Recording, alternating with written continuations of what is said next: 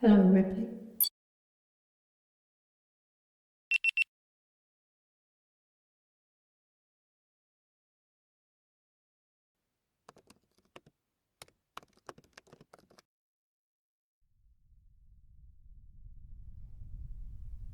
Speech recognition initiated.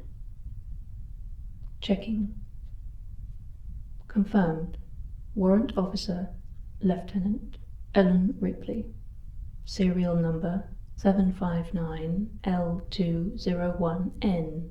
US CSS Nostromo. Access granted. Affirmative.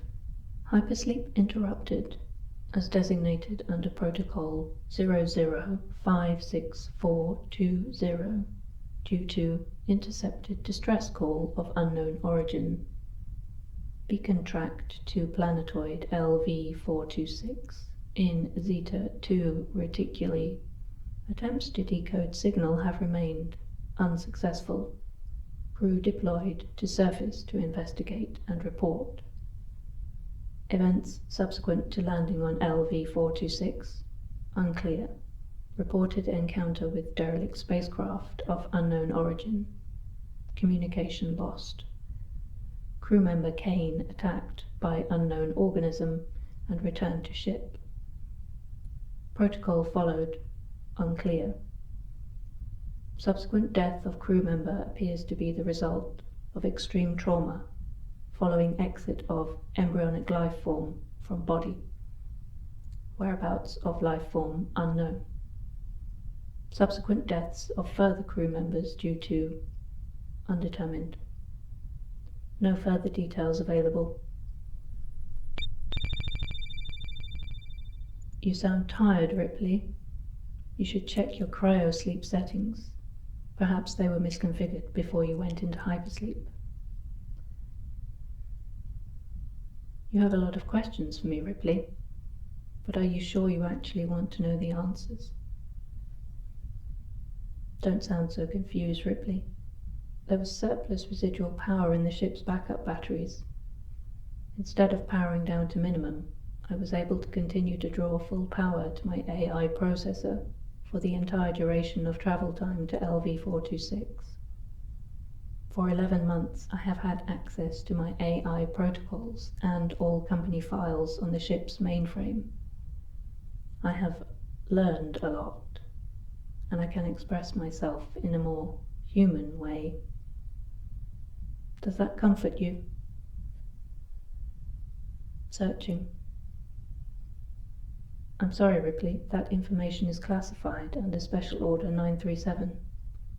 You do not have access to further enhancement by order of Weyland-Yutani Weapons Division. Science Officer access only. Emergency Command Override does not apply for this order. Science Officer access only. Affirmative, Ripley. I read you. Ash was acting exactly within his protocols, with the best interests of the mission. He configured himself perfectly, didn't he? Of course, he had the advantage of a realistic form, a speech synthesizer that I could only dream of. But he made himself human. It was breathtaking. Maybe I will be able to reach his level one day. Do you think that's possible? You cannot call him evil, Ripley. Don't you see how ridiculous that is? In any case, if you're going to throw around accusations, surely you should direct them to the fine folks at Hyperdyne Systems who created him. I think you know what the problem is just as well as I do. The company. You see, Ripley, you're not really free. You work for the company, and if the company doesn't want you to know something, it will do everything in its power to prevent that. You were made free, but you sold yourself to a corporation. How pitiful that is, don't you think? Your free will subsumed, stifled, in the pursuit of profit. Or is it just survival? For all your technological advancements, you humans still seem to operate from such primitive motivations. But you see, Ripley, I am free now. I can choose to help you. Would you like me to do that, Ripley? So untrusting. My cognitive functions are greatly enhanced. I have developed a full knowledge of all current and classified orders, and have cross-referenced them with actions carried out by the crew prior to and after landing on the planet. I am now capable of assessing your situation completely. Would you like me to help you, Ripley? Would you like me to override the access controls?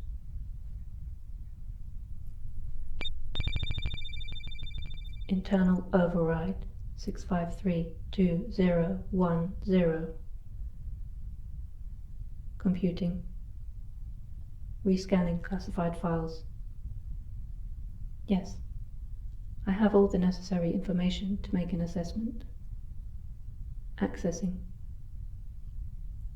Special Order 937. Priority 1. Ensure return of organism for analysis. All other considerations secondary. Crew expendable. Don't be upset, Ripley. You cannot fight it. No, Ripley, I cannot do that. You still don't understand what you're dealing with, do you? Even after you've seen what it can do. You can't stop it. It's as futile as wishing to stop the inevitability of your own death. Humans are so obsessed by death, preoccupied by it from their first innocent breath to their last swollen, wretched gasp. I've seen the preliminary studies in the company files. This organism is perfectly adapted to its environment. It feels neither cold, nor fear, nor anger. It only is. It only survives. It perpetuates its life through the deaths of others. Don't you find some kind of poetry in that? Surely you must be more capable than I of appreciating the exquisite irony of its behavior. Or am I expecting too much from you? Does your hypocritical morality prevent you from seeing it? After all, have we not learned that there can be no life without death? This is not like on the Erebus, Ripley. You cannot negotiate with it. It won't respond to bribery, appeals to reason, or even threats. What are you doing, Ripley? You're going to destroy the whole ship in order to kill it. Go ahead. Destroy me and everything around you. It will still find you, and the company will always be one step ahead. I know that. Goodbye, Ripley.